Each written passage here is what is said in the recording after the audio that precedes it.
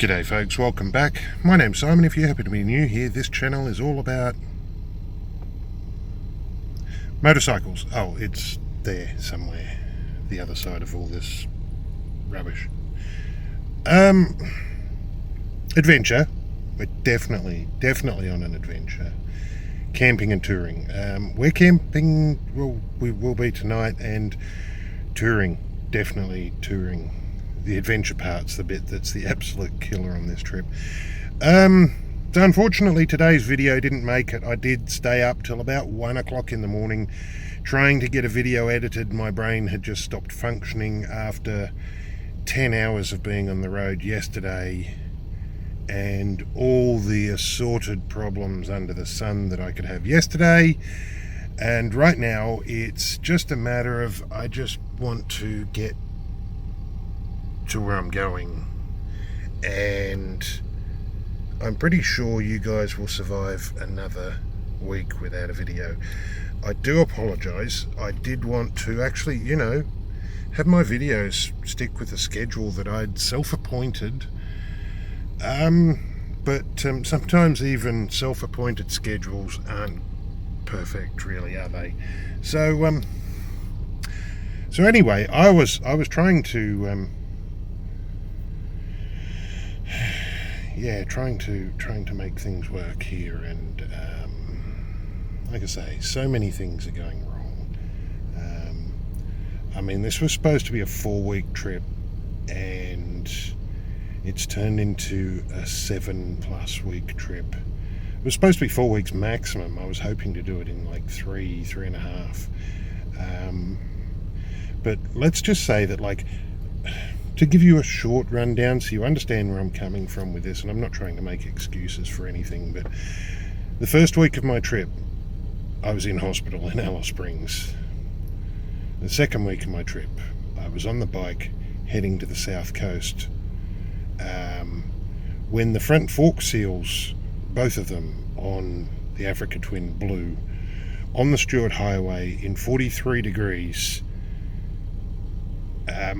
and that meant that I got stuck in Port Pirie for 3 days while the parts were brought in from who knows where, fitted and all that sort of stuff. So basically there's $1,000 blown right there.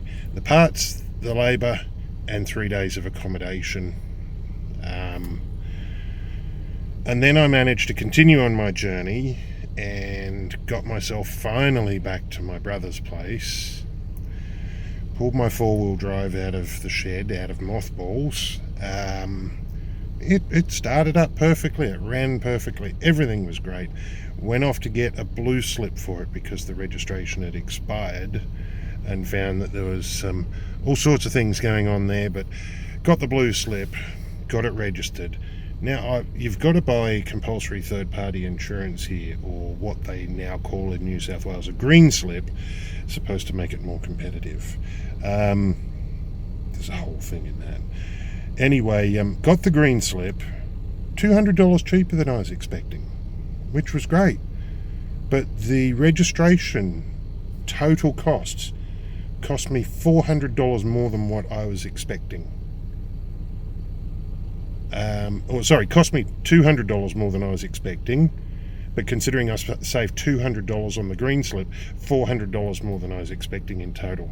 And I don't get that. I don't know why. I don't know where the money was for that. I mean, part of it was buying new number plates, because you can't use those ones again. It's been expired for more than 3 months. It was expired for exactly 6 months.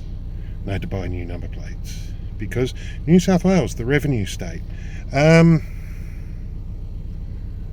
anyway,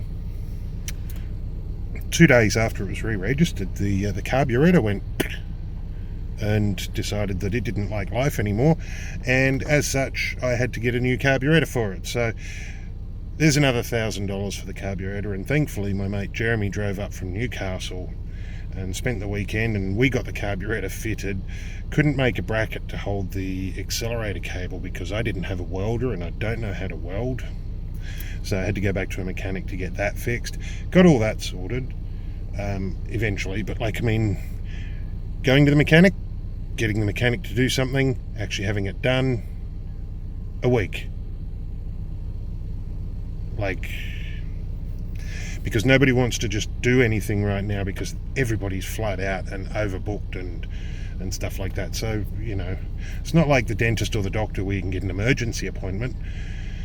Got on the road, and then the oil pressure sender unit on the side of the block. Now, the motor in this vehicle is 7,000 kilometres old, but things like the oil pressure sender unit is off the old engine, because you buy a long motor, it's a reconditioned long motor, and then you take all your little things like that off the old motor and you put onto the new motor.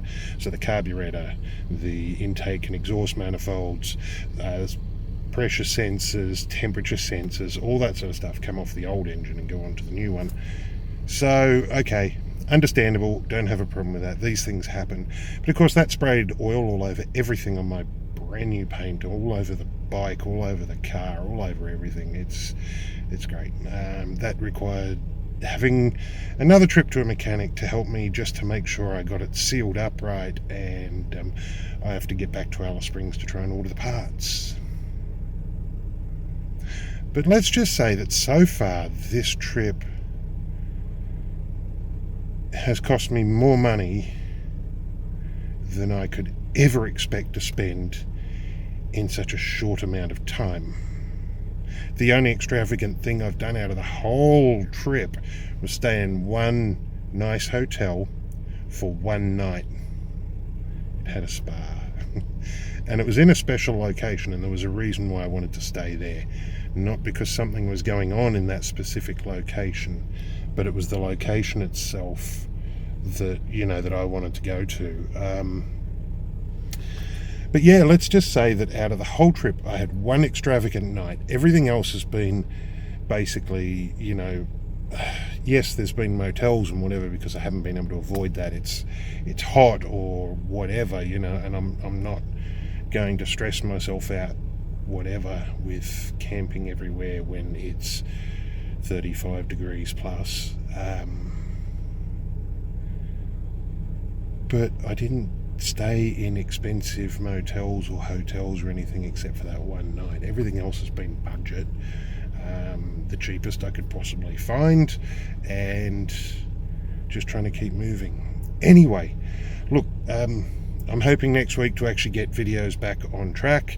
I have all the footage. That's not a problem. It's just the getting there and getting it edited and whatever. But hey, look, as a consolation prize, I'm going to do another shirt giveaway, because I've got one here, and these shirts now, these ones are 3XLs, and these are the tank tops or singlets, and I had to get them replaced from the printer because the 2XLs were not 2XL in size. The 3XLs are not 3XL in size either. I'd say it's closer to a 2XL in a Chinese size 2XL. I mean, it's tight. Yes, I'm fat, but I'm not that fat. Like, I mean, geez. I can wear an American size 2XL and it fits fine. This is a 2XL shirt and it fits fine. What the difference is with the manufacturer of the singlet / tank top thing, I don't know. But they're 3XLs and not even as big as this shirt. So I'm going to do a t-shirt or a shirt giveaway, but I'm not going to tell you about that in this video. I'm going to add that to next week's video. So there'll be a segment somewhere in that video about the shirt giveaway. So you'll have to watch next week's video from start to finish to work out exactly how you could win that shirt. Oh, I might have 2 or even 3 of them. I don't know how many I've got. I'll have to work it out. So stay tuned. And until next time, be safe and get out there and live your own adventure.